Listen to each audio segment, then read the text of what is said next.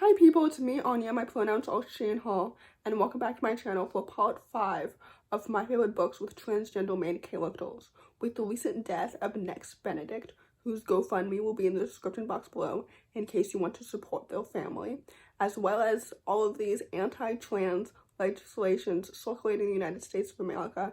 I just want to quickly extend my allyship and my love to the transgender community, and I want everybody to know that I think that transgender children deserve a future and they deserve love and value and safety, and above all, to live like a long, fulfilling life. I think that queer children deserve the world, but the world does not deserve them. But anyway, I digress. I will always be an ally to the LGBTQ+ community, always and forever. So anyway, with that said, the first book on this list is called The Deep and Dark Blue. This story is a middle-grade fantasy graphic novel that follows a transgender main character as well as her cisgender brother after a political coup takes over their noble throne, their noble house. This story is absolutely so fantastic and it's so good. First of all, the illustrations were so pretty. They made the setting so much more vibrant than it already was. The fantasy is so well done. This book is absolutely so amazing and it's so good. Like, the magic system is fantastic. The characters are so well developed and so distinct. I love the sibling dynamic so much. The plot is so engaging and so intriguing. I was immersed in the story from the beginning to the end. Everything about the story is so fantastic and it's so inventive and so well done. So anyway, with all that said, I would definitely highly recommend it. The next book on this list is called Just Shy of Ordinary. This story is a middle-grade contemporary following a young, gender-fluid Jewish main character who's also pansexual and also has anxiety, who is entering public school for the first time. This story is absolutely so fantastic and it's so good.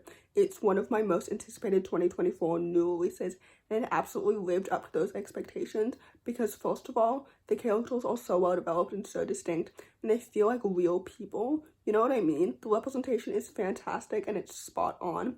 I think that queer representation is so incredibly important because it normalizes queer people, which is so incredibly important because I want everybody to know that it's completely normal and it's okay to be queer of all identities. Anyway, I digress. This book is so good and it's so awesome. The plot is so engaging and it's so intriguing. The friendships are absolutely so lovely and so fantastic.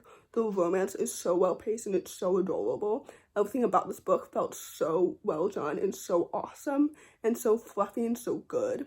You know what I mean? I don't really know if anything I'm saying makes any sense at all, but basically I just really enjoy this book and I hope that you will too. So with that said, I would definitely highly recommend it.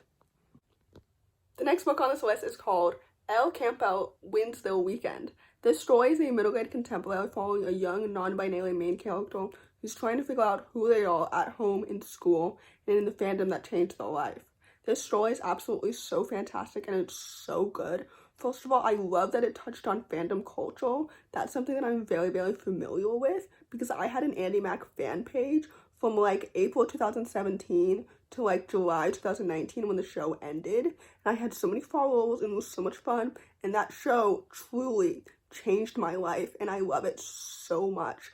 But anyway, the point is, this book is so fantastic and it's so good, which I know I've said about every single book on this list. But anyway, the point is, the characters are so well developed and so distinct. The plot is so engaging and it's so intriguing. At first, I wasn't really sure if I was going to like this book because it's compared to Ferris Bueller's Day Off. But overall, I really enjoy this book so much. The story is excellent. The representation is excellent. The friendships are so lovely and so wonderful. Everything about this book is so fantastic and it's so good. This book is absolutely so underrated. So anyway, with all that said, I would definitely highly recommend it. The next book on this list is called The Borrow a Boyfriend Club. This story is a YA contemporary following a young transgender main character who joins a new club at a new school to prove that he's one of the guys. This story is absolutely so excellent and it's so fantastic. I really enjoyed it. This book definitely deserves all the hype and so much more because it's so excellent. Like, it's so good.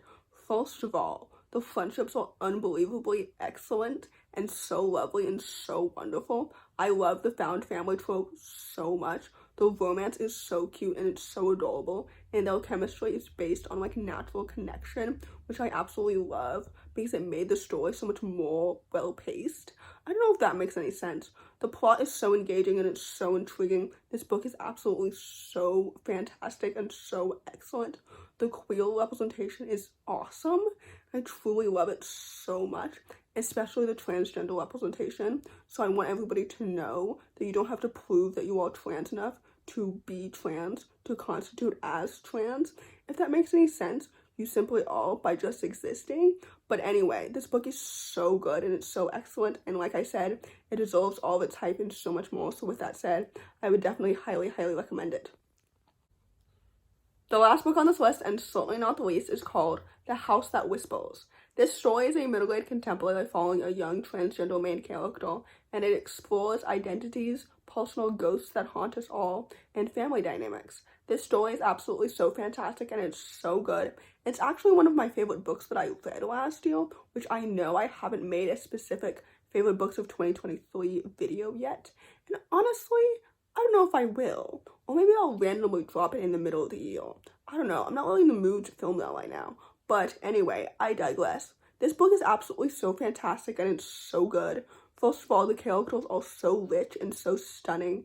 I truly love them so deeply. I love the sibling dynamics so much, as well as the family-parent dynamics. Like, this book is fantastic, and it's so excellent, and it's so emotional, and I was so invested in the story from the beginning to the end. This book is so good, and it's so underrated. I just really, really enjoyed every single second of it. The story is fantastic. The plot is so engaging and so intriguing. Everything about this book truly felt so fantastic and so awesome. So anyway, with all that said, I would highly, highly recommend this book. So in conclusion, if there's anything that you got from this video, aside from the book recommendations, it's that I hope that you know and that you understand that I believe that transgender children deserve a future, and they deserve love and safety and value because they bring value to this world, but also just because they are people and they are normal and it's okay to be queer.